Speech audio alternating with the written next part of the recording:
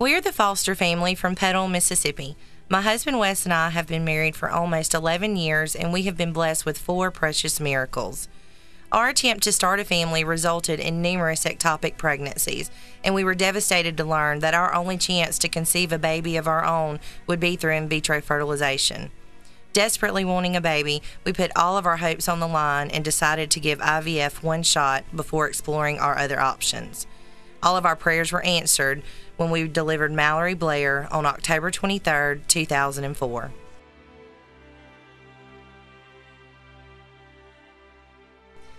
Eventually, the time came to try and give Mallory a little brother or sister, and we knew we would face the same struggles again. Thankfully, our second round of IVF was a success, and we learned early on we were pregnant with twins. Even though I knew transferring 2 embryos, twins were a possibility, learning they both implanted was still a bit of a shock for us. Things were progressing nicely with the pregnancy, and at around 12 weeks I was released from the specialist in Jackson back to my regular OBGYN, Dr. John Weiser. I went in for a routine exam, and he gave us news that would change our life forever. Amazingly, our twins had multiplied, and we were now going to be the proud parents of triplets. I wanted to be happy about this news, but I knew immediately things were not going to be okay. I could see the concern in his eyes as he looked at that ultrasound monitor, and all I could do was cry. The possible complications with a triplet pregnancy were constantly running through my head. I knew what we were about to face, and I knew these babies would be delivered early. Thankfully, I had a pretty smooth pregnancy, and I carried the babies to 32 weeks. On February 26, 2009, we welcomed Matthew Brody at 4 pounds 10 ounces, Marley Bell at 2 pounds 14 ounces, and Macy Brooke at 2 pounds 10 ounces. Although Brody was our largest baby, he struggled more than his sisters in the beginning. He was on the ventilator for a few days, but was soon able to breathe on his own, and he started growing day by day. 2 weeks later, he was doing great, and we started talking about bringing him home. It was a bittersweet moment when Brody came home at 2.5 weeks, but the baby girls had to stay behind. Macy was our smallest baby, but she was a trooper from day one. She never really gave us any worries. She just simply hung out in the NICU and continued to grow as each day passed. After 6 weeks in the unit, Macy was able to join our family at home.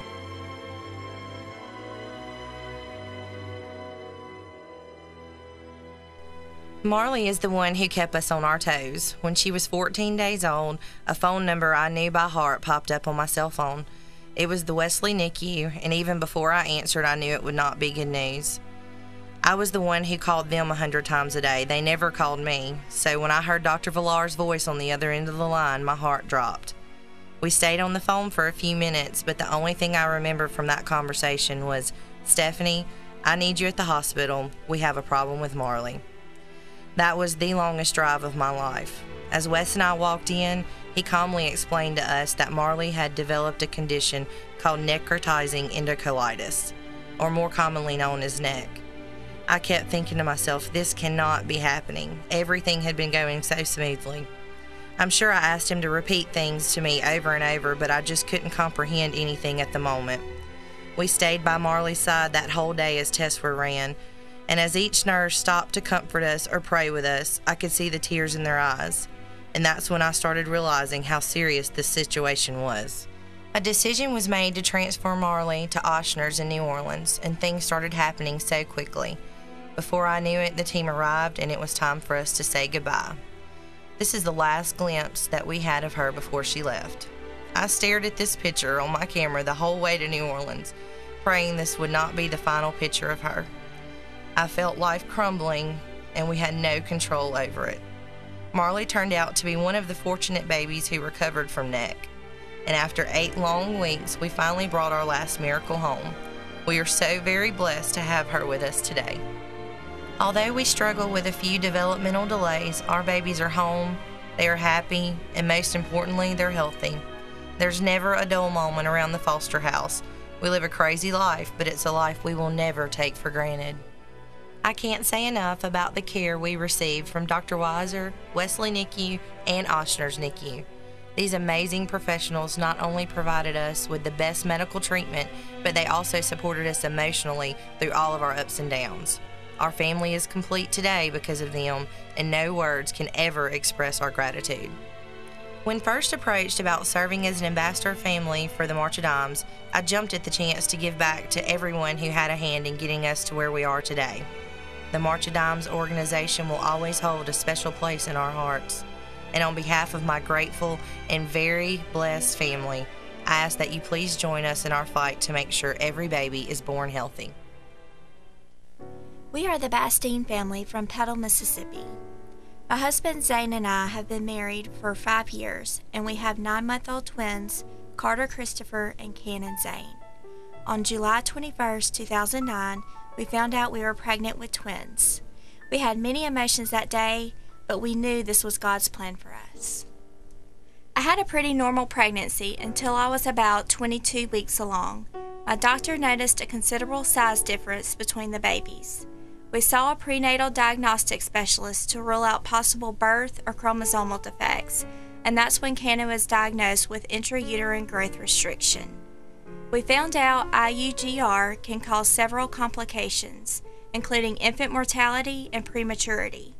We were terrified from the uncertainty of what was causing him to be smaller and the complications we faced from IUGR. Our obstetrician, Dr. Melissa Holland, told us we would be delivering the babies by 34 weeks, preparing us for premature babies. But due to preeclampsia and a twin-to-twin discordance of over 50%, I delivered them at 33 weeks. On January 22, 2010, our twin boys arrived. They were 7 weeks premature. Carter Christopher weighed 4 pounds, 8 ounces and was 17 inches long. Cannon Zane weighed 2 pounds, 1 ounce and was 15 inches long. I remember my tears and feelings of joy immediately switched to fear when they told me Cannon's weight. Pictures don't even capture just how tiny he looked laying in the isolette. He was so small his daddy's wedding ring fit around his tiny arm. We were so thankful to learn that neither of our babies were in critical condition. Carter had to be put on oxygen, but Cannon was breathing room air from the day he was born. But once Carter's oxygen and feeding tubes were removed, his jaundice treatments were complete, and he learned to eat through a bottle, he was finally able to come home. Carter was released on February 11, 2010, after 3 weeks in the NICU.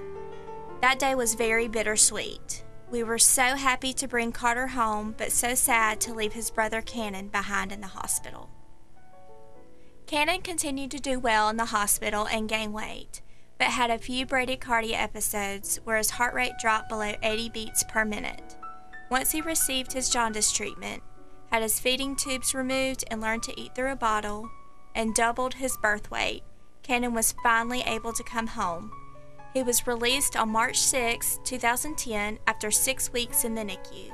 We were so excited to finally have our whole family at home.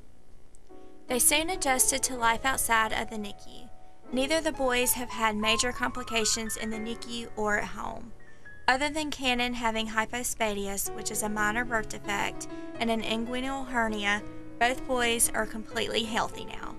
There are some developmental delays with both Carter and Cannon that are considered normal for premature babies. Cannon is more delayed in his language skills, but has drastically improved since working with a speech therapist. We were so honored to be chosen as one of the ambassador families for March of Dimes this year, to be able to give back to an organization that was there for us in a time of need. Their educational material guided us in raising our premature babies, in which we had no experience in doing. God continually answered our prayers while the babies were in the NICU. We consider ourselves one of the lucky NICU families. Unfortunately, we learned not every family received good news while we were there. Our success story is due to the extensive research and screenings in detecting IUGR and knowing the right time to deliver. After 34 weeks, the infant mortality rate for a baby with IUGR increases drastically.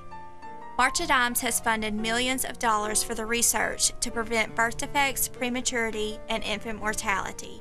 Please join us in the fight to improve the health of every baby born.